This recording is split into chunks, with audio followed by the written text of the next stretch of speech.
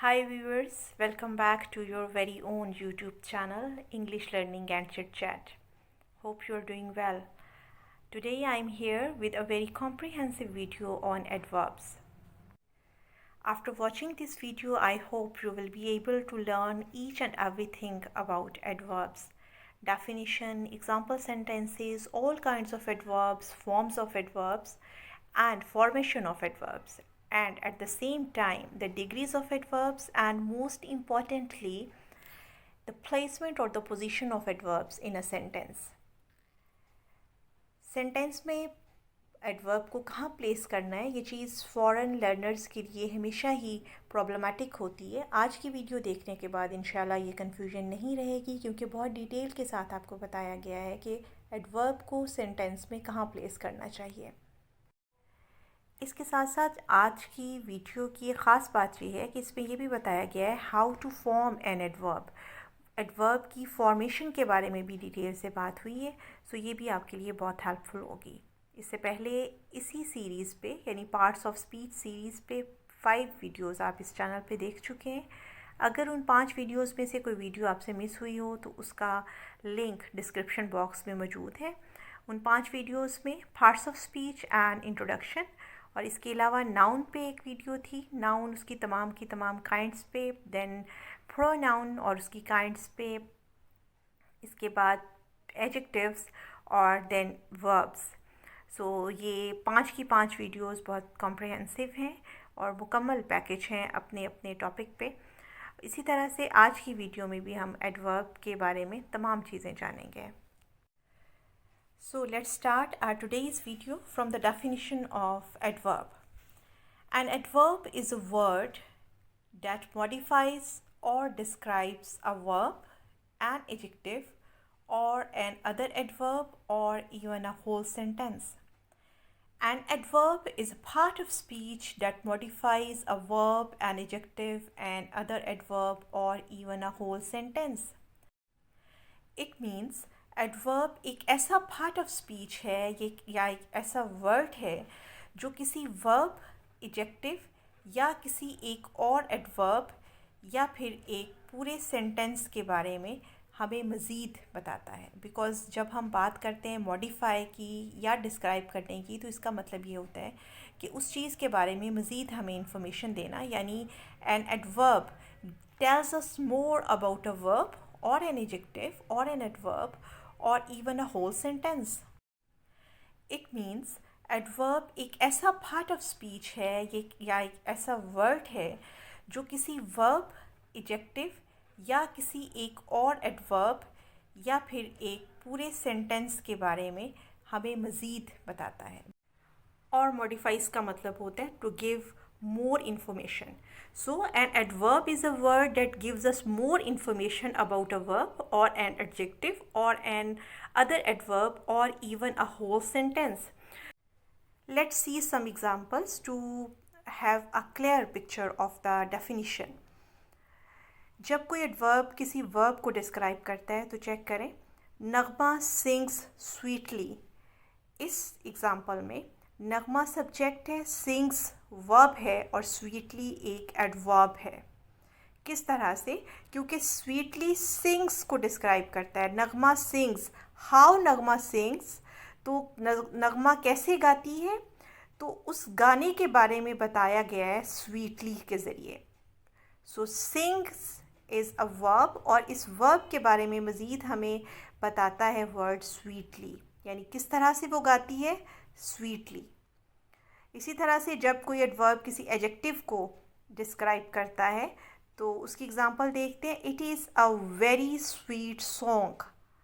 इस सेंटेंस में अगर हम एंड पे देखें तो सॉन्ग इज़ अ नाउन और इस नाउन को डिस्क्राइब कर रहा है word sweet. So sweet is the adjective और इस एडजेक्टिव को भी डिस्क्राइब कर रहा है वर्ड वेरी, यानी कितना स्वीट सॉन्ग है, वेरी, बहुत. तो ये यहाँ पे very is a word that describes sweet, that is an adjective. So very is an adverb here. यानी वो वर्ड जो एडजेक्टिव को डिस्क्राइब कर रहा है, वो वर्ड जो एडजेक्टिव को मॉडिफाई कर रहा है, वो वेरी है, and so very is the adverb here. और जब कोई एडवर्ब किसी और एडवर्ब को मॉडिफाई करता है, उसके एग्जांपल देखते हैं। नगमा सिंग्स वेरी स्वीटली। अब ये इस सेंटेंस में हम देखें, ऊपर हम इसी तरह के इससे एग्जांपल पढ़ के आए थे, नगमा सिंग्स वेरी स्वीटली। तो यहाँ पे अब सिंग्स वर्ब था, इस वर्ब को डिस्क्राइब कर रहा था स्वीटली, और स्वीटली जो एडवर्ब है ख़ुद, उस एडवर्ब को भी एक और वर्ड डिस्क्राइब कर रहा है जो कि वेरी है। सो वो वाले अल्फाज जो एडवर्ब को डिस्क्राइब करते हैं, एडवर्ब को मॉडिफाई करते हैं, एडवर्ब के बारे में हमें मज़ीद कुछ बताते हैं, दे आर एडवर्ब्स ऑल्सो। सो इस सेंटेंस में आप देखें दो एडवर्ब्स हो जाएंगे, वेरी भी और स्वीटली भी, जो कि वर्ब सिंग्स को मॉडिफाई करते हैं। कभी कभार इस तरह से होता है कि एडवर्ब एक किसी ख़ास सब सेंटेंस के अंदर किसी ख़ास हिस्से को डिस्क्राइब नहीं करता या मॉडिफाई नहीं करता, बल्कि वो एक पूरे सेंटेंस को ही मॉडिफाई कर रहा होता है। जैसे एग्जांपल आप देखें, fortunately I had brought an umbrella with me. अब इस एग्जांपल में फॉर्चुनेटली एक ऐसा वर्ड है जो कि पूरे सेंटेंस को ही मॉडिफाई कर रहा है, पूरे सेंटेंस के बारे में मज़ीद हमें कुछ बता रहा है, इन्फॉर्मेशन दे रहा है। सो ऐसे जो एडवर्ब्स होते हैं वो पूरे के पूरे सेंटेंस को जो डिस्क्राइब करते हैं, they are called sentence adverbs. Adverbs often end in L Y. बहुत सारे एडवर्ब्स ऐसे होते हैं जो एल वाई पे ख़त्म होते हैं, मतलब वर्ड के एंड पे जब हम एल वाई लगाते हैं तो इस तरह से, जैसे स्वीटली अभी हम पीछे पढ़ के आए हैं, तो स्वीटली में स्वीट के साथ हमने एल वाई ऐड कर दिया था तो एडवर्ब बन गया, एडवर्ब ऑफ मैनर। लेकिन बाज़ात ऐसा होता है कि कुछ एडवर्ब्स बिल्कुल उसी तरह से होते हैं जिस तरह से उनके एडजेक्टिव काउंटर पार्ट होते हैं, मतलब जैसा एडजेक्टिव की फॉर्म होती है वही एडवर्ब की फॉर्म होती है, जैसे फास्ट, जैसे हार्ड। तो ये इनके साथ एल वाई नहीं आ रहा होता, और अगर इनके साथ कहीं एल वाई आता है तो फिर उनका मीनिंग जो है वो चेंज भी हो सकता है, हार्डली का जैसे मीनिंग चेंज हो जाता है। अब हम बारी बारी देखते हैं कि एडवर्ब्स किन पार्ट्स ऑफ स्पीच को किस तरह से मॉडिफाई करते हैं। एडवर्ब्स का मेन काम होता है वर्ब्स को डिस्क्राइब करना। सो पहले हम यही देखते हैं, adverbs and verbs. One of the things adverbs do is to modify verbs. This means that they describe the way an action is happening. आपको पता है verbs are the action words और doing words. Verb क्या होता है? जिससे ऐसा part of speech है जिससे किसी काम का करना या होना जाहिर हो। तो जब एडवर्ब वर्ब्स को मॉडिफाई करते हैं तो वो ये बता रहे होते हैं कि वो वर्ब जो है, यानी वो एक्शन जो है वो किस तरह से वकूअ पज़ीर हुआ, कहाँ वकूअ पज़ीर हुआ, और कितनी इंटेंसिटी से वकूअ पज़ीर हुआ, किस वक्त वकूअ पज़ीर हुआ। सो ये सारी की सारी चीज़ें वर्ब के बारे में हमें एडवर्ब्स ही बताते हैं। ठीक है, कुछ एग्जांपल्स देख लेते हैं हम। Agha sings loudly in the shower. अब यहाँ पे सिंग्स इज़ अ वर्ब और उसको मॉडिफाई कर रहा है word loudly. Agha sings loudly. How does Agha sing loudly? किस तरह से आगा सिंग करता है? लाउडली करता है। तो loudly is a word that modifies the verb sings, so loudly is the adverb. इसी तरह से my cat waits impatiently for food. अब यहाँ पे इस सेंटेंस में वेट्स इज़ अ वर्ब और उसको डिस्क्राइब कर रहा है, मॉडिफाई कर रहा है वर्ड इम्पेशेंटली, बेसब्री से। मेरी कैट बेसब्री से फूड का इंतज़ार करती है। तो अब यहाँ पे वेट्स को मॉडिफाई कर रहा है word impatiently, so impatiently is an adverb. In the next example, I will seriously consider your suggestion. और एक रूल के तहत will के बाद हमने seriously पुट किया है जो कि will consider को modify कर रहा है। Seriously is an adverb here. अभी जैसे मैंने आपको पहले भी बताया वीडियो के शुरू में कि हम इस वीडियो में ये ज़रूर पढ़ेंगे और काफ़ी डिटेल से पढ़ेंगे कि वर्ब एडवर्ब्स को सेंटेंस में कहाँ प्लेस करते हैं। So be with me till the end of the video so that you may find out this thing. So in तीनों examples में sings, waits and will consider are the verbs, और उनको describe कर रहे हैं जो words, they are loudly, impatiently and seriously, and these are adverbs. लेकिन ये चीज़ आप ज़रूर देखें कि ये तीनों एडवर्ब्स जो इन ऊपर वाली एग्जांपल्स में अभी हमने पढ़े हैं, they answer the question in what manner, मतलब किस तरीके से एक्शन हुआ है, एक्शन जो सेंटेंस में हुआ है वो किस तरीके से हुआ है। यानी how does Agha sing, loudly. How does my cat wait, impatiently. How will I consider your suggestion, seriously. So ये मैनर को शो करते हैं। So these are called adverbs of manner. अभी हम थोड़ी देर में इनके बारे में पढ़ते हैं। So adverbs can also answer other types of questions rather than about how an action was performed. मतलब सिर्फ वो यही नहीं बताते कि कैसे कोई एक्शन परफॉर्म हुआ, वो ये भी बताते हैं कि कहाँ कोई एक्शन परफॉर्म हुआ और कब कोई एक्शन परफॉर्म हुआ। Means they can also tell you when and where.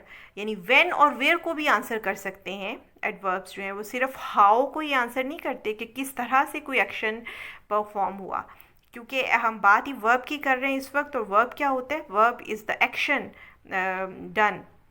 सो यहाँ पे अब हम ये चीज़ ख़ास तौर पर देखेंगे कि जो एडवर्ब्स हैं वो सिर्फ हमें यही नहीं बता रहे कि एक्शन कैसे परफॉर्म हुआ, वो हमें ये भी बताते हैं इसके साथ कि एक्शन कब और कहाँ परफॉर्म हुआ।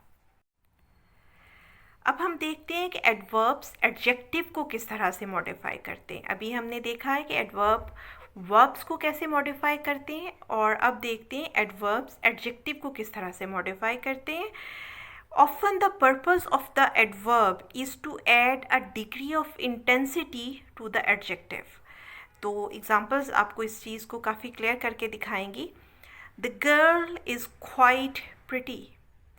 The girl is quite pretty इस सेंटेंस में guys pretty is the adjective, और pretty को भी मॉडिफाई कर रहा है एक वर्ड quite, काफ़ी प्रिटी, मतलब कि काफ़ी खूबसूरत है लड़की। तो अब यहाँ पे डिग्री ऑफ इंटेंसिटी उसने ऐड किया है वर्ड क्वाइट ने एडजेक्टिव को। ठीक है, सो एडजेक्टिव के बारे में मज़ीद हमें कुछ बताया है एक वर्ड क्वाइट ने। सो वो वाले वर्ड्स जो हमें एडजेक्टिव के बारे में मज़ीद कुछ बताते हैं, they are called adverbs. So quite is an adverb here. This movie is more interesting than the last one. More interesting. अब इस एग्जाम्पल में आप देखें, इंटरेस्टिंग इज़ द एडजेक्टिव, और इस इंटरेस्टिंग को मॉडिफाई कर रहा है word more. More is telling us more about interesting. तो अब यहाँ पे मोर फिर एक एडवर्ब होगा, क्योंकि it tells us more about the adjective that is interesting here. So वो वाले अल्फाज जो हमें एडजेक्टिव के बारे में कुछ और इन्फॉर्मेशन देते हैं, they tell us more about adjective और they modify the adjectives, they are called adverbs. So more is an adverb here. Third example देखिएगा, the weather report is almost always right. अब यहाँ पे आप चेक करें, almost always right. अब यहाँ पे राइट इज़ द एडजेक्टिव, और इस एडजेक्टिव को डिस्क्राइब कर रहे हैं दो एडवर्ब्स, ऑलमोस्ट भी और ऑलवेज भी। So these two adverbs are modifying the adjective right. These two words are telling us more about the adjective, so these are adverbs. Now let's see how adverbs can modify other adverbs. See the example, Agha sings rather enormously too loudly. Basically इस तरह का एक sentence हम पढ़ के आए हैं, आगा sings loudly। अब उस सेंटेंस में आगा sings loudly में sings is the verb और loudly is the adverb because it modifies sings। तो जो वो अल्फाज जो वर्ब को मॉडिफाई करते हैं वो एडवर्ब होते हैं, तो loudly is the adverb। अब इस एग्जाम्पल में आप चेक करें, Agha sings rather enormously too loudly. तो यहाँ पे अब लाउडली को भी डिस्क्राइब कर रहे हैं, मॉडिफाई कर रहे हैं तीन और वर्ड्स जो कि रादर, इनॉर्मसली टू, ठीक है। इनॉर्मसली होता है बहुत ज़्यादा, तो यानी जो आगा है वो तो बहुत ज़्यादा नेगेटिव हद तक जो है, जिसको हम कहते हैं टू का मतलब है यहाँ पे टू लाउडली, मतलब नेगेटिव हद तक वो लाउडली गाता है, यानी बहुत ज़्यादा, जो कि ना खुशगवार फील होता है, ठीक है। सो लाउडली को डिस्क्राइब करने वाले, लाउडली को मॉडिफाई करने वाले ये तीनों वर्ड्स, रादर, इनॉर्मसली, टू, ये तीनों वर्ड्स एडवर्ब्स ही हैं, क्योंकि वो वाले अल्फाज जो एडवर्ब्स को मॉडिफाई करते हैं दे आर ऑल्सो एडवर्ब्स। सो लेकिन एक चीज़ आप इस चीज़ का ख़ास ध्यान रखें कि इस तरह के जब आप सेंटेंसेस बनाते हैं तो ये एक बुरा इम्पैक्ट पड़ सकता है। इंटेंसिटी तो शो करते हैं आप उस एक्शन की, लेकिन इससे होता ये है कि इम्पैक्ट को इतना अच्छा नहीं पड़ता, सेंटेंस जो है वो ज़्यादा ही क्लंकी बन जाता है और वीक थोड़ा लगता है। तो जैसे ये अभी हमने एग्जांपल पढ़ी, तो इससे अवॉइड करना चाहिए कि आप इतने ज़्यादा एडवर्ब्स यूज़ ना करें सेंटेंस में। अब हम देखते हैं how adverbs can modify sentences. अभी हमने एडवर्ब की डेफिनेशन में ये बात पढ़ी थी, adverbs can modify a verb और एन एडजेक्टिव और एन अदर एडवर्ब और even a whole sentence. So ऐसे एडवर्ब्स जो पूरे सेंटेंस को मॉडिफाई करते हैं they are called sentence adverbs. इनमें जो कॉमन एडवर्ब्स हैं जो ये यूज़ होते हैं वो generally, fortunately, unfortunately, interestingly, probably, luckily, unluckily, possibly and accordingly, ये ज़्यादा कॉमनली यूज़ होते हैं सेंटेंस एडवर्ब्स।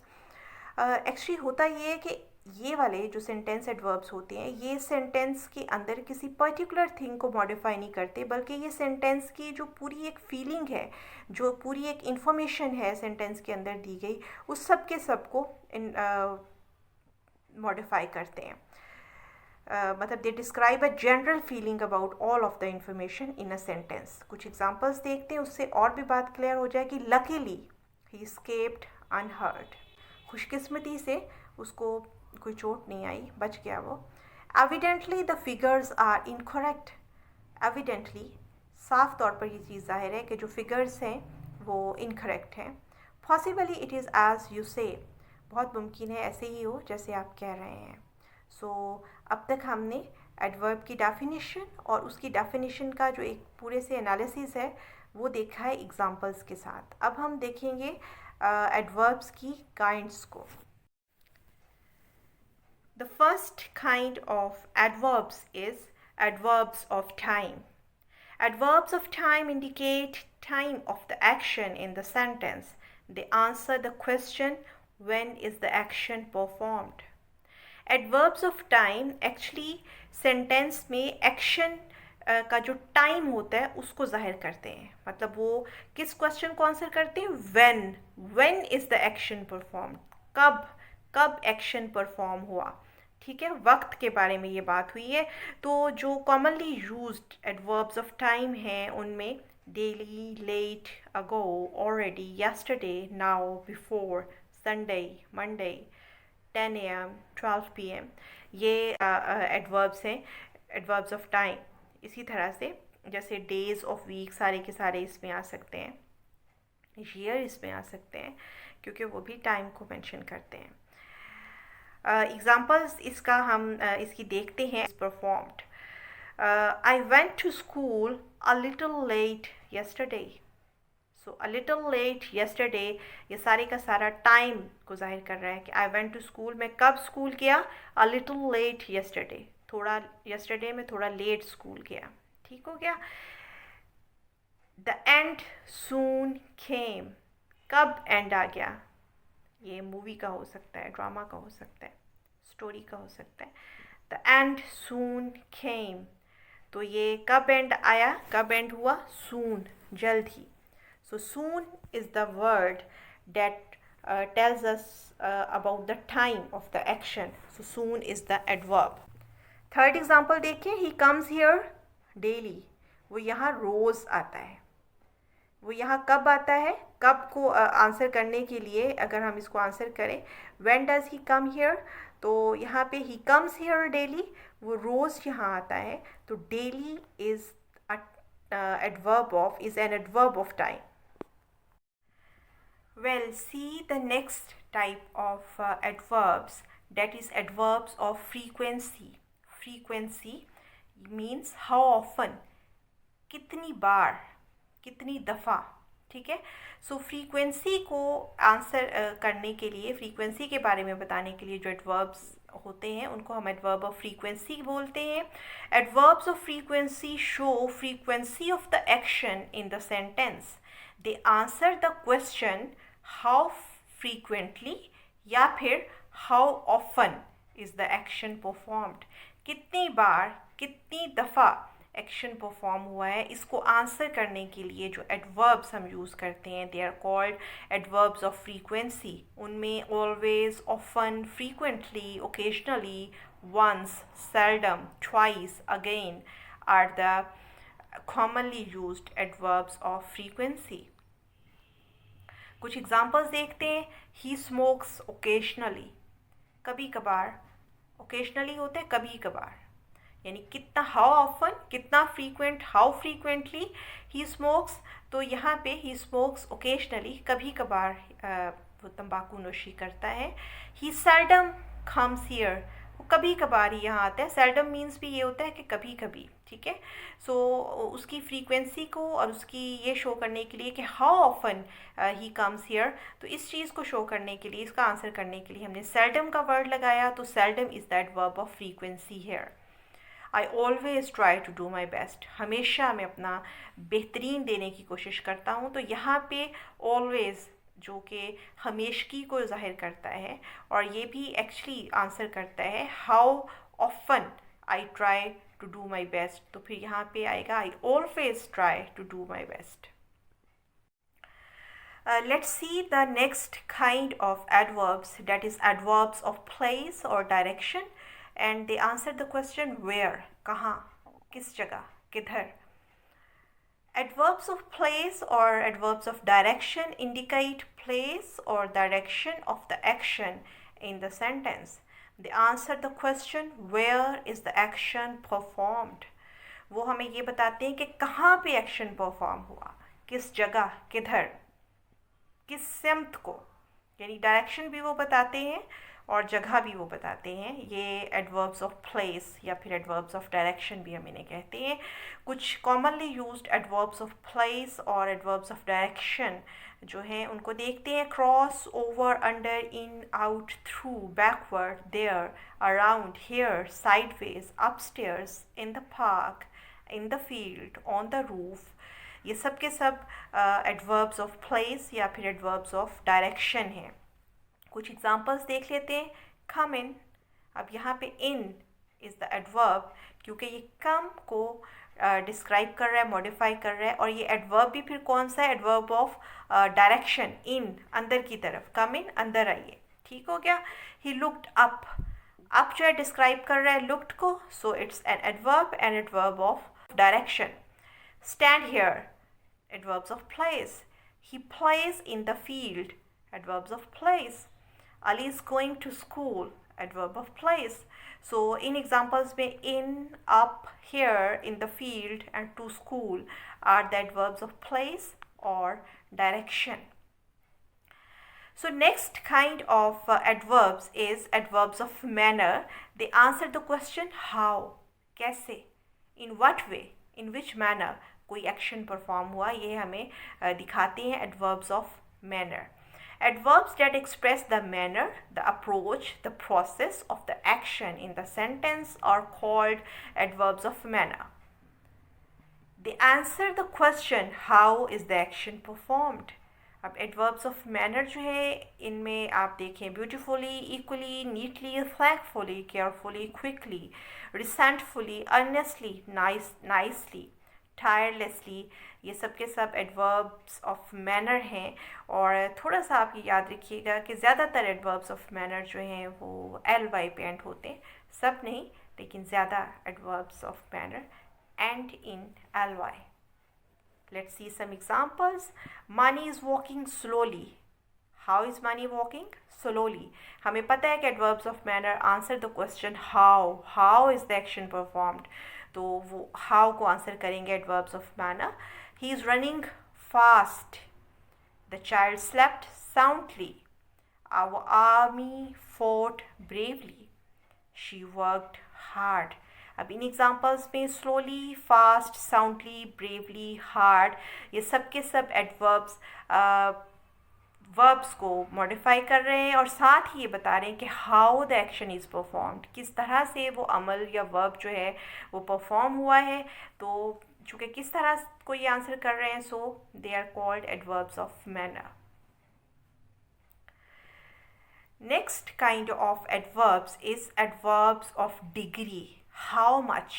हमने अभी थोड़ी देर पहले पढ़ा था adverbs of frequency, जो कि बताते थे कितनी दफ़ा, कितनी बार, ठीक है, हाउ फ्रीक्वेंट. जबकि एडवर्ब्स ऑफ डिग्री जो है वो हमें बताएगा मिकदार को, हाउ मच, कितना, कितनी ज़्यादा या कितनी कम जो है इस चीज़ को शो करते हैं एडवर्ब्स ऑफ डिग्री. मिकदार को वो हमें बताएंगे. तादाद को बताया था एडवर्ब्स ऑफ फ्रीक्वेंसी ने और मिकदार को बताएंगे adverbs of degree. So adverbs that express the importance, degree or level of the action in the sentence are called adverbs of degree. They answer the question how much is the action performed. कितना action जो है वो verb जो है वो किस कदर perform हुआ है. कुछ एडवर्ब्स ऑफ डिग्री हम देख लेते हैं. completely, nearly, less, mildly, most, thoroughly, much, ये सब के सब एडवर्ब्स ऑफ डिग्री हैं. ये मिकदार को शो करते हैं और इंटेंसिटी को शो करते हैं. Let's see some examples of adverbs of degree, और हम इनको एडवर्ब्स ऑफ क्वांटिटी भी कहते हैं. And they answer the question how much, in what degree और टू व्हाट एक्सटेंट. कितना को आंसर करते हैं ये एडवर्ब्स ऑफ डिग्री. एग्जाम्पल्स देखते हैं. I am so excited about the new job. So is the word that modifies excited here. So is the adverb of degree. कितना मैं बहुत ज़्यादा एक्साइटेड हूँ, ठीक है. Ruby hardly studies. रूबी जो है वो कम ही पढ़ती है, ठीक है. सो हार्डली बता रहा है कितना पढ़ती है, कम ही. She sings pretty well. वो कैसा गाती है, कितना अच्छा गाती है. प्रिटी वेल काफ़ी अच्छा गाती है. You are quite wrong. Quite जो है it shows the degree of the action. Let's see the next kind of adverbs, that is adverbs of affirmation and negation. Adverbs of affirmation and negation show the affirmation and negation about the action in the sentence.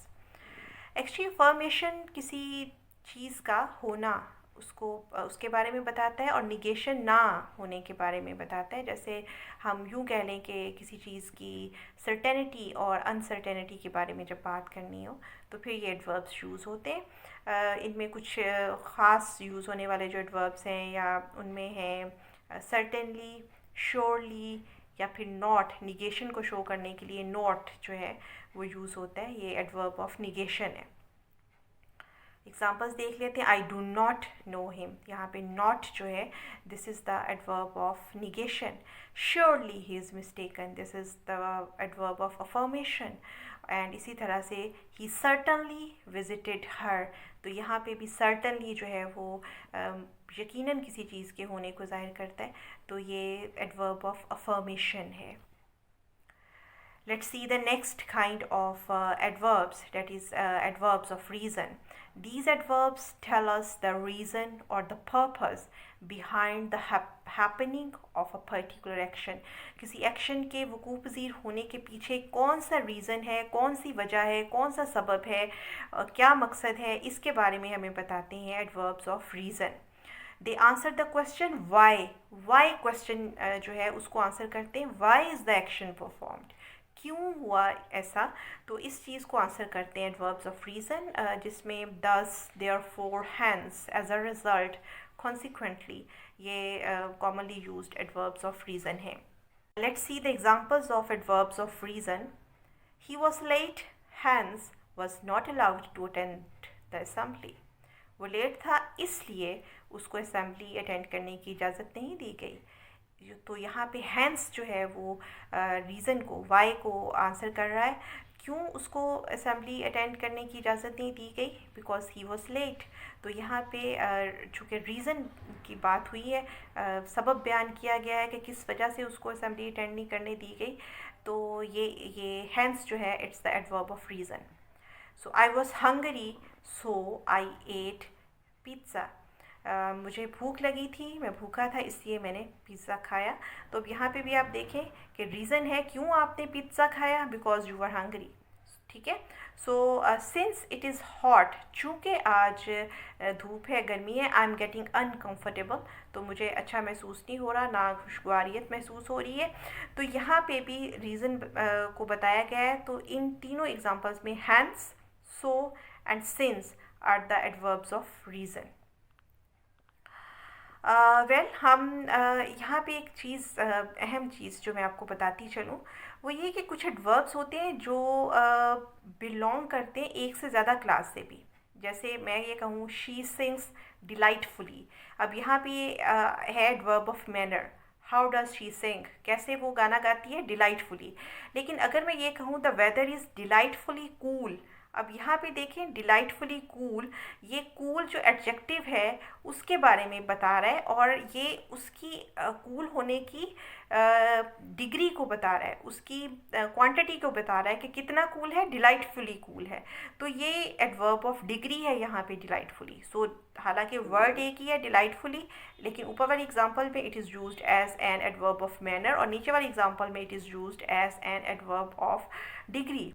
Well listeners, यहाँ पे मैं आपको एक important बात बताती चाहूँ कि adverbs को मेनली हम 3 क्लासेस में क्लासिफाई कर सकते हैं: सिंपल एडवर्ब्स, इंट्रोगेटिव एडवर्ब्स और रिलेटिव एडवर्ब्स।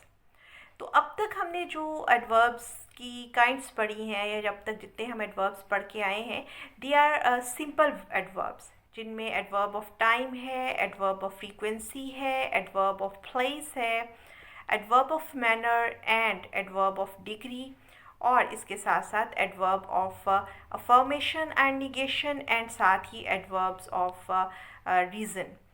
सिंपल एडवर्ब्स हम इनको कहते हैं, और इन्हीं के बारे में मैंने भी आपको बताया है कि ये इन एडवर्ब्स को एक से ज़्यादा जो है वो काइंड्स में भी ये आ सकते हैं। मतलब कुछ एडवर्ब्स ऐसे हो सकते हैं जो कहीं पे एडवर्ब ऑफ मैनर हैं, तो कहीं पे वो अपने इस्तेमाल के लिहाज से एडवर्ब ऑफ डिग्री हो सकते हैं। अब हम एडवर्ब्स की दूसरी क्लास देखते हैं, that is interrogative adverbs. So when adverbs are used in asking questions, they are called interrogatives. जब एडवर्ब्स जो है वो क्वेश्चन पूछने के लिए इस्तेमाल होते हैं, they are called interrogative adverbs like where, when, why and how. Let's see the examples of interrogative adverbs. How much do I have to pay? When will you go on this trip? Why did you wake up so late?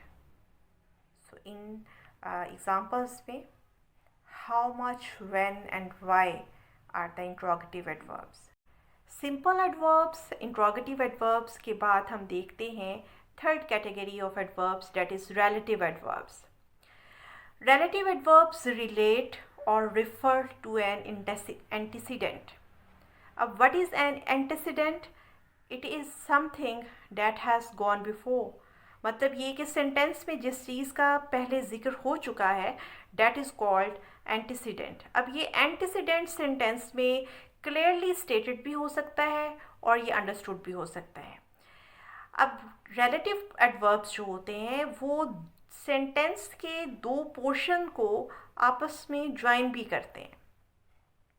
मतलब ये है कि बिल्कुल जैसे conjunctions काम करती हैं ना सेंटेंसेस में, सेंटेंस के क्लॉजेस को ज्वाइन करने का, इसी तरह से रिलेटिव एडवर्ब्स भी कंजंक्शंस की तरह सेंटेंस के दो पोर्शन को ज्वाइन करते हैं. They connect relative clauses to noun और प्रोनाउन इन अदर क्लॉजेस.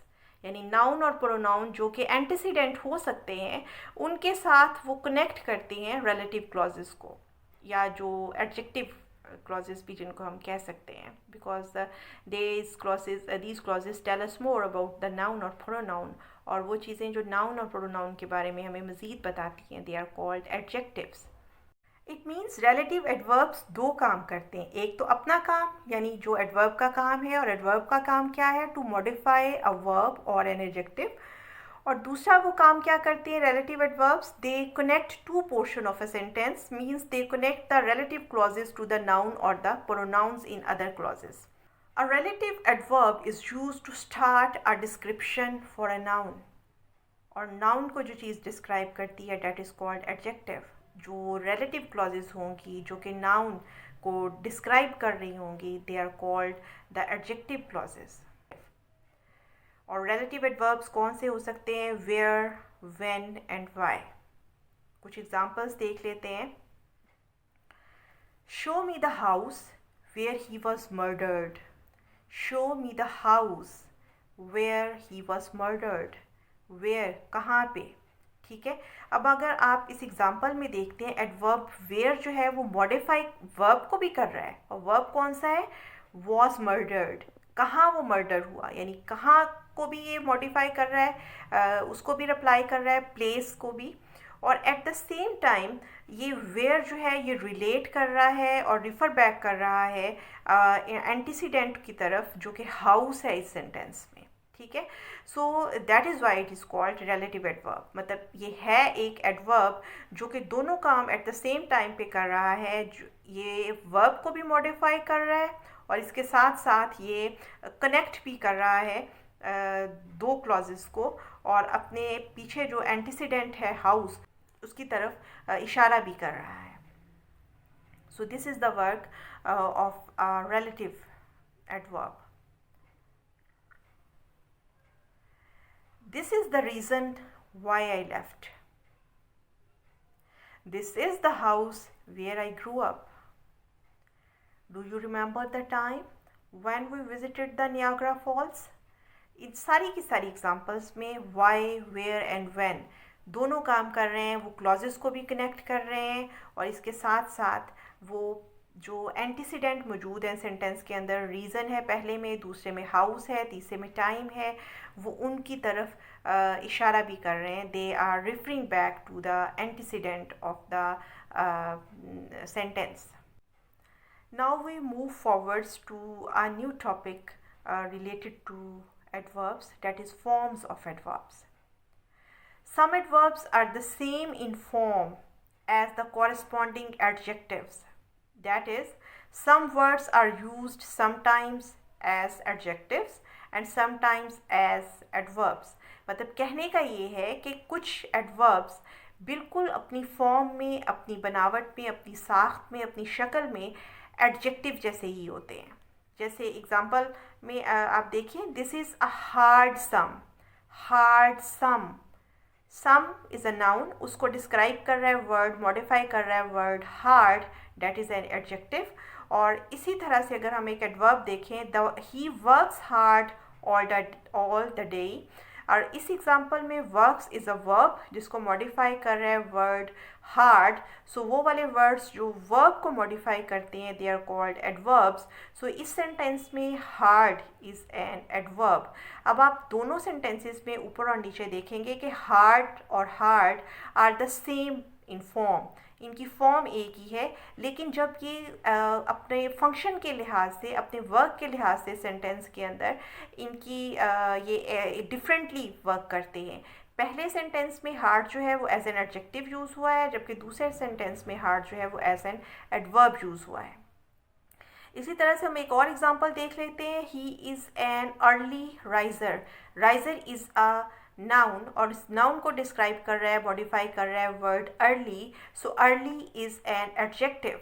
और नीचे एग्जांपल में we started early, started is a verb, और इसको डिस्क्राइब कर रहा है वर्ड अर्ली। तो जो वर्ड्स वर्ब को मॉडिफाई करते हैं, दे आर कॉल्ड एडवर्ब्स। सो इस सेंटेंस में अर्ली जो है वो एक एडवर्ब होगा, ठीक है। तो अब दोनों एग्जांपल्स में आप देखें, अर्ली दो वर्ड्स जो कि मतलब एक ही फॉर्म में है, एक ही वर्ड है, और लेकिन वो अपने फंक्शन के लिहाज से दोनों सेंटेंसेस में फ़र्क पार्ट ऑफ स्पीच के तौर पर काम कर रहा है। पहले सेंटेंस में अर्ली इज़ एन एडजेक्टिव और दूसरे सेंटेंस में अर्ली इज़ एन एडवर्ब, क्योंकि वो वर्ब को मॉडिफाई करता है। सो कहने का मतलब ये है कि जो एडवर्ब की फॉर्म्स हैं वो बहुत दफ़ा ऐसा होता है कि वो वैसी ही होती हैं जैसे कि एडजेक्टिव्स होते हैं, लेकिन चूँकि सेंटेंस में उनका काम फ़र्क होता है। एडजेक्टिव्स नाउन को मॉडिफाई करते हैं और एडवर्ब्स जो हैं वो वर्ब्स को मॉडिफाई करते हैं ज़्यादातर। तो इस तरह से अपने फंक्शन के लिहाज से जो वो सेंटेंस में परफॉर्म करते हैं, ये वर्ड्स उस लिहाज से हम इनको नाम दे देते हैं एडवर्ब्स का या फिर एडजेक्टिव्स का। Some adverbs have two forms, the form ending in ly and the form which is the same as the adjective. कुछ एडवर्ब्स ऐसे भी होते हैं जिनकी दो फॉर्म्स होती है, एक तो वो जो ly में एंड होती है और दूसरी वो जो बिल्कुल वैसे ही है जैसे एडजेक्टिव की। एग्जाम्पल देखें, he sings very loud and he sings very loudly। तो दोनों का मतलब एक है, loudly और loud दोनों तरह से ही हम इसमें ये दोनों ही एडवर्ब फॉर्म्स हैं, क्योंकि ये दोनों ही सिंग्स को मॉडिफाई कर रही हैं और सिंग्स इज़ अ वर्ब। तो वो वाले वर्ड्स जो वर्ब को मॉडिफाई करते हैं they are called adverbs. So loud and loudly both are adverbs in these two examples, और दोनों में इनकी फॉर्म में फ़र्क है। एक ly पे एंड हो रही है लाउडली और एक वैसी ही है जैसे कि हम एडजेक्टिव के तौर पे यूज़ कर सकते हैं लाउड। कभी कभार ऐसा होता है the two forms of the adverbs have different meanings. इसी तरह से होता है कि वर्ब की दोनों फॉर्म्स जो कि ly पे एंड कर रही है और जो ly पे नहीं एंड कर रही, उन दोनों के मीनिंग्स में फ़र्क हो जाता है और अच्छा खासा फ़र्क होता है। लेट्स सी एग्जांपल से आप बहुत अच्छे से आपको ये चीज़ वाज़ेह हो जाएगी। I am pretty sure of the fact, I am pretty sure of the fact. अब यहाँ पे प्रिटी मीन्स फेयरली, मुझे इस हकीकत का अच्छी तरह से यकीन है। प्रिटी श्योर अच्छी तरह से यकीन है, ठीक है। और अगर मैं यहाँ पे ये करूँ नीचे वाले एग्जांपल में, ही इज़ प्रिटीली। अब प्रिटीली में आप देखिए ly ऐड कर लिया गया था प्रिटी में, तो शी इज़ प्रिटीली ड्रेस्ड और इसका मतलब है एलिगेंटली। अब आप ये देखिए ऊपर जो प्रिटी है और नीचे जो प्रिटीली है जिसमें हमने स्पेलिंग्स में ly का एडिशन किया था, उन दोनों के मीनिंग्स में फ़र्क हो गया है। तो फ़र्क हो गया तो इसका मतलब ये हुआ कि हमेशा यही नहीं होता कि अगर एडवर्ब्स की दो फॉर्म्स हों, एक ly पे ख़त्म होने वाली और दूसरी वो जो कि एडजेक्टिव के तौर पे भी यूज़ होती है, तो उनके मीनिंग्स एक होंगे। अक्सर ऐसा भी देखा गया है कि उनके मीनिंग्स फ़र्क हो जाते हैं। जैसे एक और एग्जांपल हम देख लेते हैं, शी वर्क्स हार्ड डिलीजेंटली, मतलब काफ़ी मेहनत करती है वो, ठीक है। यहाँ पे मुराद है काफ़ी मेहनत करना, डिलीजेंटली मेहनत से काम करना, जाम फिशानी से काम करना। और अगर मैं ये कहूँ I could hardly hair him, अब मैंने ये किया है कि हार्ड के आगे ly ऐड कर लिया है, लेकिन उनके मीनिंग में बिल्कुल फ़र्क हो गया है। ऊपर वाले एग्जांपल में हार्ड मीन्स डिलीजेंटली और नीचे वाले एग्जांपल में हार्डली मीन्स बहुत कम, मैं तो उसको बहुत कम सुन सका, यानी बमुश्किल ही मैं उसकी बात सुन सका। तो ये देखिए बमुश्किल और ऊपर जो एग्जांपल है वो डिलीजेंटली बहुत मेहनत से, तो दोनों के मीनिंग में कितना फ़र्क है। हालांकि दोनों ही एडवर्ब्स हैं, हमने सिर्फ ये किया है कि हमने उसमें ly ऐड कर लिया है, उस एडवर्ब में हार्ड के साथ ly ऐड किया, लेकिन उसके मीनिंग में बहुत ज़्यादा फ़र्क आ गया। Let's move towards the next topic related to adverbs, that is comparison of adverbs. Like adjectives, adverbs can show degrees of comparison, although it is slightly less common to use them this way. Adjectives की तरह adverbs की भी degrees होती हैं। Adjective की degrees हमने याद की हुई हैं, जैसे clever, cleverer, cleverest। एडवर्ब्स की भी डिग्रीज बनती हैं, लेकिन ये इतनी कॉमनली यूज नहीं होती। कुछ ख़ास एडवर्ब्स जिनको हम फ्लैट एडवर्ब्स कहते हैं, एक्चुअली फ्लैट एडवर्ब्स वो एडवर्ब्स होते हैं that look exactly the same as their adjective counterparts. वो वाले एडवर्ब्स जो अपनी फॉर्म में बिल्कुल एडजेक्टिव्स की तरह दिखते हैं, उनको हम फ्लैट एडवर्ब्स कहते हैं। तो फ्लैट एडवर्ब्स जो हैं वो अपनी कंपैरेटिव और सुपरलेटिव फॉर्म्स बिल्कुल उसी तरह से बनाते हैं जैसे कि एडजेक्टिव अपनी कंपैरेटिव और सुपरलेटिव फॉर्म्स बनाते हैं। लेकिन ये चीज़ ख़ास तौर पर हमें अपने ज़हन में रखनी चाहिए कि हमें जो एडवर्ब्स की डिग्रीज़ होती हैं उन पे इतना भरोसा नहीं करना चाहिए, क्योंकि बाज़ औक़ात वो सेंटेंस को थोड़ा वीक फॉर्म बना देती हैं, थोड़ा वीकर लुक देती हैं। सो हमें उसकी जगह proper strong adjective adverbs use करने चाहिए। हमें अवॉइड करना चाहिए उनको इस तरह से कंपैरेटिव और सुपरलेटिव फॉर्म्स में यूज़ करने से। सो हम देखते हैं अब कुछ कंपैरिजन एडवर्ब्स का। If the adverb is of one syllable, we form the comparative by adding er, and we form the superlative by adding est to the positive degree of adverb. For example, hard, harder, hardest. Hard में हमने add किया, harder बना दिया er लगा के, ये comparative degree होगी। और हार्डेस्ट में est लगाया हमने हार्ड में, हार्ड के साथ, और ये हमने सुपरलेटिव डिग्री बना दी। इसी तरह से फास्ट, फास्टर एंड फास्टेस्ट, वो एडवर्ब्स जिनके एंड पर ly आता है उनकी कंपैरेटिव डिग्री बनाते वक्त हम मोर ऐड करते हैं उनके साथ, और सुपरलेटिव डिग्री बनाते हुए मोस्ट ऐड करते हैं। एग्जांपल चेक करें, स्किलफुली, स्किलफुली एंड पे ly आ गया स्किलफुली के पॉजिटिव डिग्री में। अब हम इसकी कंपैरेटिव डिग्री बनाएंगे मोर लगा के, मोर स्किलफुली, और सुपरलेटिव डिग्री बनाएंगे मोस्ट लगाकर, most skilfully, warmly, more warmly, most warmly. Comparison of adverbs करते वक्त आप ये ख़ास ख्याल रखिएगा कि जब हम अर्ली की बात करते हैं तो अर्ली इस रूल पे फिट नहीं बैठता, ये एक्सेप्शन है। अर्ली, अर्ली देखें ना ly पे एंड हो रहा है, लेकिन ये ये एक एक्सेप्शनल केस होगा, क्योंकि इसके लिए हम मोर और मोस्ट नहीं लगाते कंपैरेटिव और सुपरलेटिव डिग्री बनाते हुए, बल्कि अर्ली की जब हमने कंपैरेटिव डिग्री बनानी है तो हम इसको अर्लियर करेंगे, यानी er ऐड करेंगे, और सुपरलेटिव डिग्री बनाते हुए हम इसको अर्लीस्ट करेंगे, यानी est ऐड करेंगे। ठीक हो गया।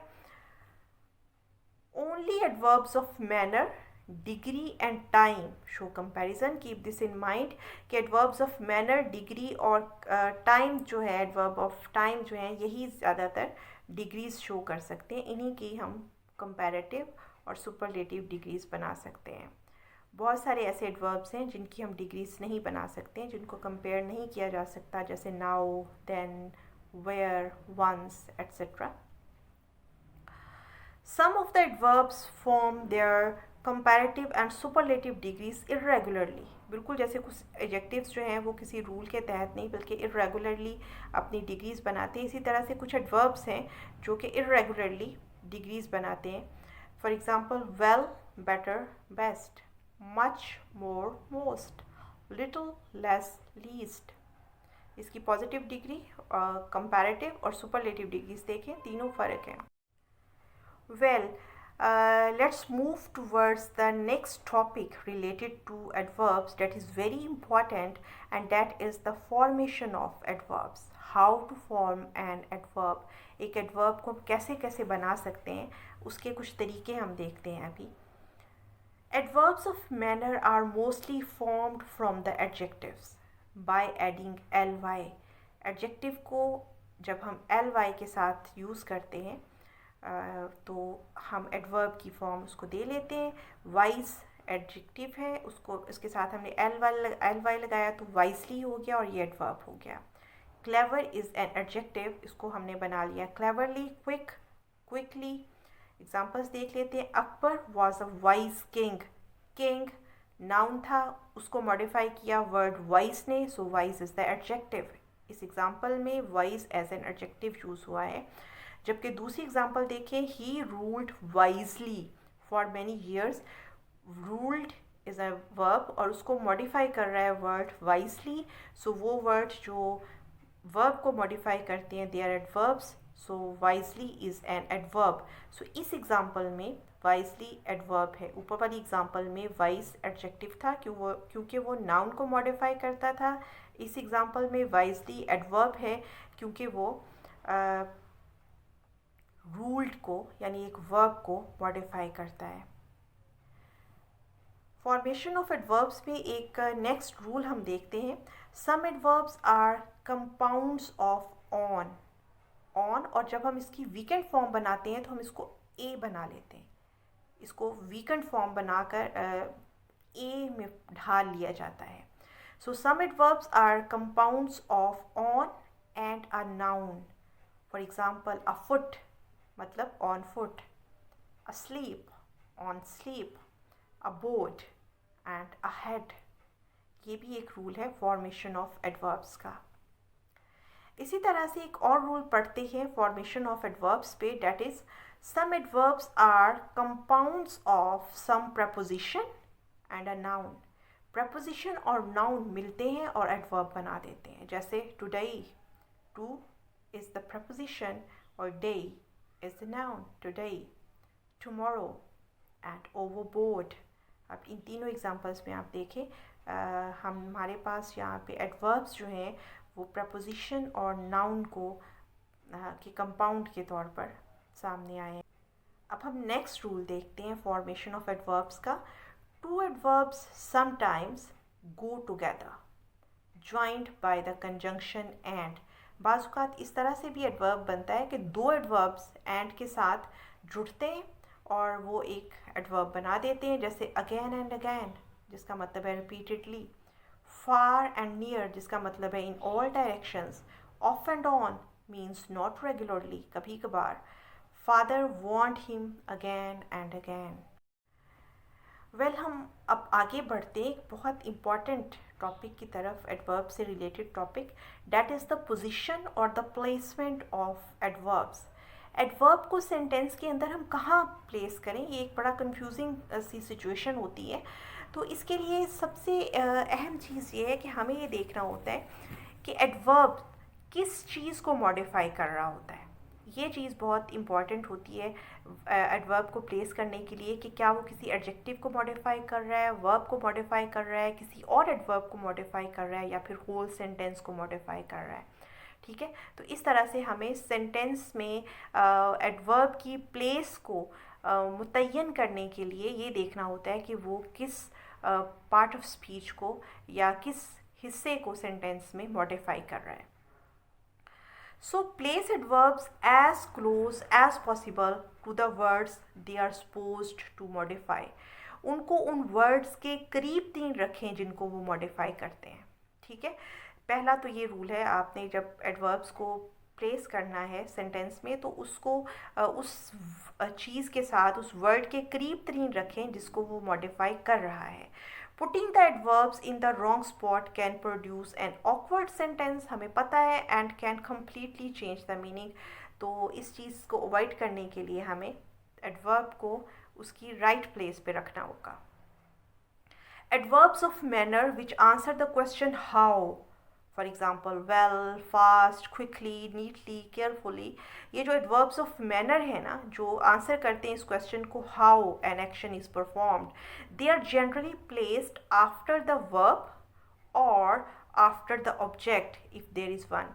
अगर सेंटेंस में ऑब्जेक्ट मौजूद है तो फिर एडवर्ब ऑफ मैनर ऑब्जेक्ट के बाद रखे जाते हैं, और अगर सेंटेंस में ऑब्जेक्ट मौजूद नहीं है तो फिर हमने एडवर्ब ऑफ मैनर को वर्ब के बाद रख देना है। एग्जांपल चेक कर लीजिएगा, she wept bitterly, wept is the verb और उसके बाद हमने बिटरली जो कि एडवर्ब है उसको प्लेस कर दिया। ही स्पीक्स इंग्लिश वेल, अब इस सेंटेंस में चूँकि ऑब्जेक्ट भी मौजूद था इंग्लिश, तो हमने ऑब्जेक्ट के एंड पे इस एडवर्ब ऑफ मैनर को रख दिया, that is well.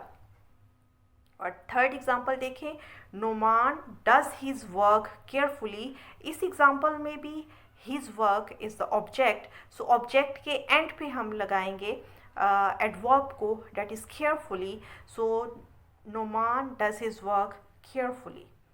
Let's check the next rule for the placement of adverbs, that is adverbs or adverb phrases of place, for example here, there, in the field, on the roof, etc. And adverb of time, for example now, then, yet, today, Monday, Sunday, etc. are usually placed after the verb or after the object if there is one. So अब तक हमने पढ़ा कि adverb of manner को भी हम verb के बाद और अगर सेंटेंस में मौजूद हो ऑब्जेक्ट तो ऑब्जेक्ट के बाद रखते हैं। और अभी हमने इस रूल में पढ़ा कि एडवर्ब ऑफ प्लेस या एडवर्ब फ्रेजेस ऑफ प्लेस और इसी तरह से एडवर्ब ऑफ टाइम को भी हम वर्ब के बाद रखते हैं या फिर अगर सेंटेंस के अंदर ऑब्जेक्ट मौजूद है तो फिर ऑब्जेक्ट के बाद रखते हैं। ठीक हो गया। For example he looked for his pen everywhere. Sentence में पेन यानी ऑब्जेक्ट मौजूद था तो ऑब्जेक्ट के बाद हमने एडवर्ब ऑफ प्लेस लगाया everywhere. I met him yesterday, adverb of time हमने हिम के बाद यानी ऑब्जेक्ट के बाद लगा दिया। I shall go there, I shall go there. अब इस सेंटेंस में आप देखें वर्ब है और ऑब्जेक्ट नहीं है तो हमने एडवर्ब ऑफ टाइम वर्ब के बाद लगा दिया I shall go there. Let's see the next rule for the placement of adverbs. When there are two or more adverbs after a verb and its object, the order of adverbs is adverb of manner, adverb of place, adverb of time.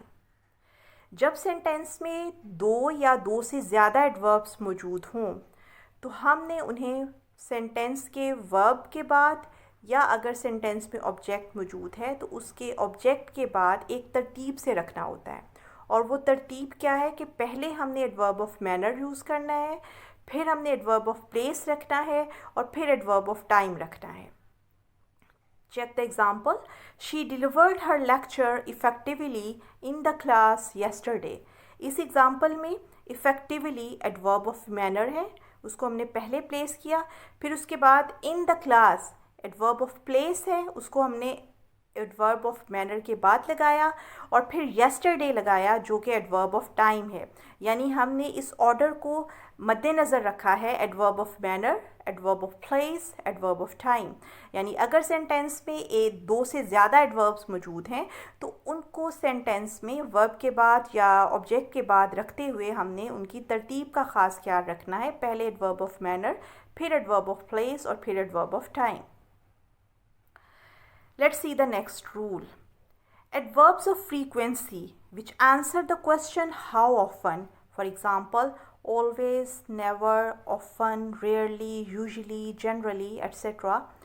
And certain other adverbs like almost, already, hardly, nearly, just, quite are normally put between the subject and the verb if the verb consists of only one word. Keep this in mind. If the verb consists of only one word and if there are more than one words in the verb, they are put after the first word.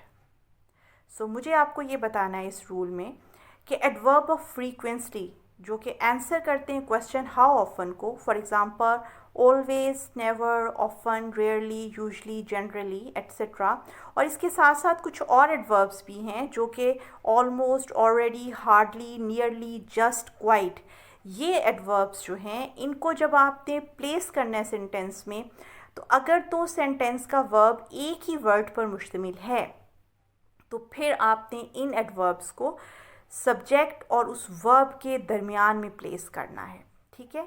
लेकिन अगर sentence के verb के एक से ज़्यादा words हैं तो आपने फिर इसको सब्जेक्ट के बाद नहीं लगाना बल्कि जो वर्ब है उसमें पहले वर्ब के बाद लगाना है। यानी वर्ब के जितने वर्ड्स हैं उनमें से पहले वर्ड के बाद लगाएंगे।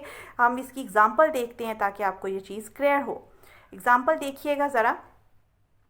He usually goes for a walk at 6.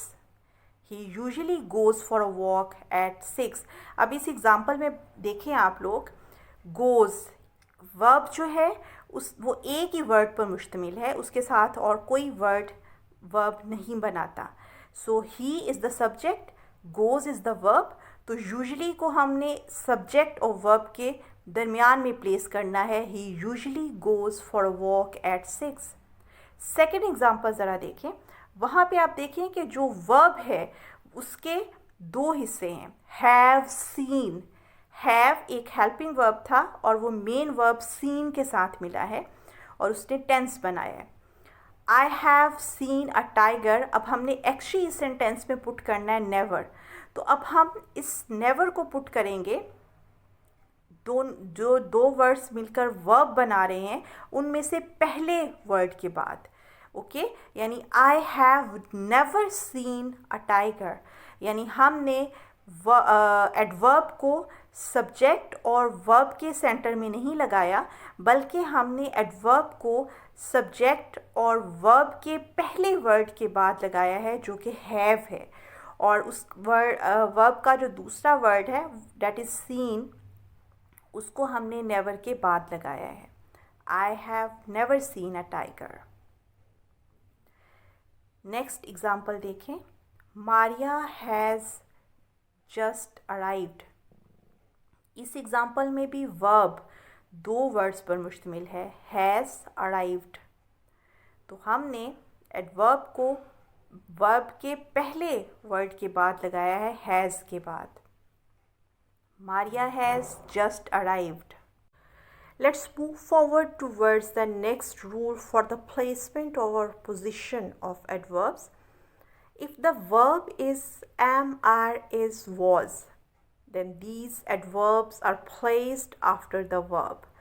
And which are these adverbs? These are some adverbs of frequency like always, never, often, rarely, usually, generally. Or there are certain other adverbs like almost, already, hardly, nearly, just, quite. Then we put these adverbs after the verb. If the verb is am, are, is, was, then these adverbs are placed after the verb. For example, she is never late for office. Is के बाद हमने never place किया है। I am always at home after 8. am के बाद हमने always place किया है। So adverbs are placed after verb, और verb भी कौन सा है, is, are, am या फिर was। Let's see the next rule for the position of adverbs. The adverbs which we are talking about, like some adverbs of frequency and certain other adverbs like almost, always, hardly, nearly, just, quite. These adverbs are usually placed before an auxiliary or the single verb be. Be form जो है उसकी single, अगर वो singly use हो रहा है और उनसे पहले, या फिर अगर auxiliary कोई यूज़ हुई है तो उससे पहले हम इन adverbs को जिनकी हम बात कर रहे हैं इनको हम place करते हैं। अगर हमें stress देना हो, मतलब वो जो एडवर्ब हमने यूज़ किया है उसके बारे में अगर हमने ज़ोर दे के बात करनी हो तो फिर हम उनको ऑक्सिलरी से पहले या फिर सिंगल वर्ब बी से पहले प्लेस करते हैं। For example, when will you submit your assignment, तो इसका आंसर उसने कहा है but I already have done so. तो हैव जो है ये ऑक्सिलरी है यहाँ पे, तो हमने उससे पहले ऑलरेडी प्लेस किया, यानी ऑक्सिलरी से पहले प्लेस किया है, क्योंकि हमने स्ट्रेस दे के कहना है कि मैं तो पहले ही अपनी असाइनमेंट सबमिट करवा चुका हूँ। तो अपने स्ट्रेस दे के चूँकि बात की है तो ऑलरेडी जो है वो फिर ऑक्सिलरी से पहले आएगा। इसी तरह से Akmal has come late again, तो इसके आंसर में yes he always does come late, वो हमेशा ही लेट आता है। तो यहाँ पे डज़ जो है उससे पहले ऑलवेज हमने लगाया, यानी ऑक्सिलरी डज़ से पहले हमने ऑलवेज प्लेस किया है जो कि एक एडवर्ब है। लिसनर्स, यहाँ पे मैं आपको बताती चलूँ कि ऑक्सिलरी का जिक्र आया है, इसी तरह से सिंगल वर्ब बी की बात कर रहे हैं, और वैसे भी कुछ देर से हम ये जो आज की वीडियो देख रहे हैं इसमें बार बार वर्ब का जिक्र आ रहा है, क्योंकि एडवर्ब्स वर्ब को मॉडिफाई करते हैं। तो अगर वर्ब के बारे में आपको कोई कन्फ्यूजन है तो आप उसके लिए वर्ब्स पे जो मेरी वीडियो है जिसका लिंक डिस्क्रिप्शन बॉक्स में मौजूद है उसको ज़रूर देखिएगा, क्योंकि उसमें वर्ब की तमाम टाइप्स, ऑक्सिलरीज़ और बी फॉर्म्स और इसके अलावा मॉडल वर्ब्स और फ्रेजल वर्ब्स, सब के सब वर्ब्स जो हैं वो वहाँ पे डिस्कस हुए हैं बहुत डिटेल के साथ, एग्जांपल सेंटेंसेस के साथ। सो अगर वर्ब्स को लेके आपको कोई कन्फ्यूजन हो तो आप प्लीज़ जाके वो वीडियो देखें, जिसके बाद यकीनन आपके सारे प्रॉब्लम सॉल्व हो जाएंगे वर्ब से related. Well, now coming towards the topic, we are talking about the position or the placement of adverbs. तो अगर कोई adverb adjective को या किसी दूसरे adverb को modify कर रहा हो तो फिर हम adverbs को usually उस adjective या उस adverb से पहले place करते हैं. When an adverb modifies an adjective or an other adverb, the adverb usually comes before it. For example, the book is very informative. ठीक है. The question is quite easy. Do not walk so fast. First two examples में informative and easy are the adjectives. Very and quite are the adverbs because they are modifying the adjectives. और तीसरी example में fast is an adverb और इस adverb को modify कर रहा है वर्ड सो, तो so is another adverb. So इस एग्जाम्पल में, लास्ट एग्जाम्पल में हमारे पास दो एडवर्ब्स हैं, सो एंड फास्ट. और हमने देखा कि जब कोई एडवर्ब किसी एडजेक्टिव या किसी एडवर्ब को मॉडिफाई करता है तो वो उस एडजेक्टिव या उस एडवर्ब से पहले उसको प्लेस किया जाता है. The next rule is very important and it's very important to keep it in mind that the adverb enough is always put after the word which it modifies. The example, is the box big enough? और he spoke loud enough to be heard. तो हमने enough को place किया है उस word के फौरी बाद जिसको ये मॉडिफाई कर रहा है. is the box big enough? big is an adjective और इस adjective को मॉडिफाई कर रहा है वर्ड enough, तो हमने big के फ़ौरन बाद enough लगाया है. इसी तरह से he spoke loud.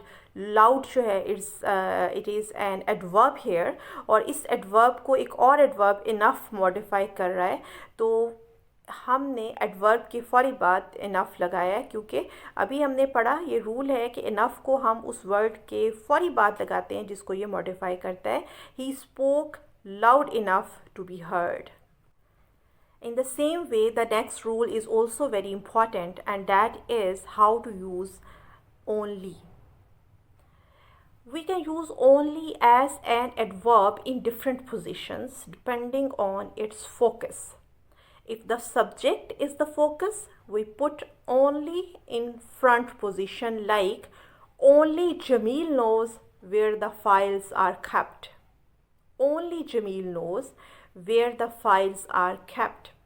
अभी फोकस चूँकि सब्जेक्ट पे था कि सिर्फ जमील ही जानता है कि कहाँ पे फाइल्स रखी गई हैं, तो इसलिए हमने फ्रंट पोजीशन पे सब्जेक्ट से भी पहले ओनली को प्लेस किया है. And if the focus is on an other part of the sentence, we usually put only in the normal mid position. Normal mid position for adverbs, और वो normal mid position कौन सी है? Between the subject and the main verb. And ये भी हो सकता है after the modal verb or the first auxiliary verb or after be as a main verb. ये सब चीज़ें हम पहले पढ़ के आए हैं. अभी जो भी रूल्स हमने अभी पढ़े हैं पोजीशन और प्लेसमेंट ऑफ एडवर्ब्स पे, उन सब में जो एडवर्ब्स की प्लेस बताई गई है उसी के हिसाब से फिर ओनली को पुट कर सकते हैं. एक तो ये है कि ओनली को देखते हुए कि ओनली का फोकस किस चीज़ पे है, देखते हुए हम उसको सब्जेक्ट और मेन वर्ब के दरमियान भी प्लेस कर सकते हैं.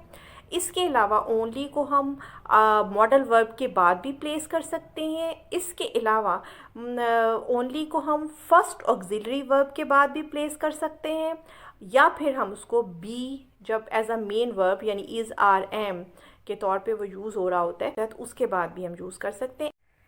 इन बातों को अच्छे से समझने के लिए हम कुछ एग्जांपल्स देखते हैं. I only visit her once a month.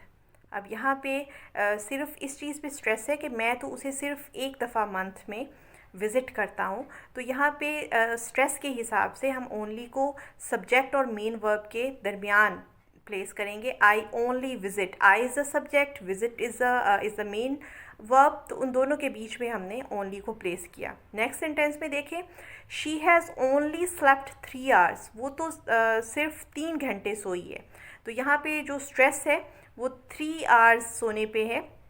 तो अब हम इस हिसाब से इसको प्लेस करेंगे between the main verb and the auxiliary verb, यानी आफ्टर द ऑक्सिलरी वर्ब हम प्लेस करेंगे एडवर्ब को, ओनली को। She has only slept 3 hours. और इसी तरह से अगली हम एग्जांपल देख लेते हैं। He is only 16। He is only 16 is the form of be verb. तो यहाँ पे be as a main verb use हुआ है, क्योंकि ये ऑक्सिलरी वर्ब नहीं है बल्कि principal verb of the sentence है यहाँ पे। So he is only 16 after be as a main verb हमने इसको आफ्टर बी यूज़ किया है ओनली को। सो हमने देखा है कि ओनली को हम उसकी फ़र्क पोजीशन पे उसके फोकस की वजह से प्लेस करते हैं। So with this we come to an end. इसके साथ ही वीडियो एंड होती है। मैंने पूरी कोशिश की है कि आज की वीडियो में आपको एडवर्ब की डेफिनेशन से लेके उसकी डिग्रीज़ तक हर चीज़ मिल सके। हमने उसकी डेफिनेशन देखी है और फिर डेफिनेशन का अच्छे से एनालिसिस किया है, एक एक पार्ट को एग्जांपल्स के साथ समझा है। उसके बाद हमने एडवर्ब्स की मुख्तलिफ फॉर्म्स देखी हैं और फिर how to form an adverb, यानी एडवर्ब्स की फॉर्मेशन के बारे में पढ़ा है और फिर डिग्रीज ऑफ एडवर्ब्स देखी हैं। और उसके बाद अभी हमने एंड पे डिस्कस किया है प्लेसमेंट और the position of adverbs in a sentence. तो ये सारी की सारी चीज़ें एक ही वीडियो में आपको मिल गई। होप ये वीडियो आपके लिए बहुत हेल्पफुल होती है, and at the same time I hope that you like and share this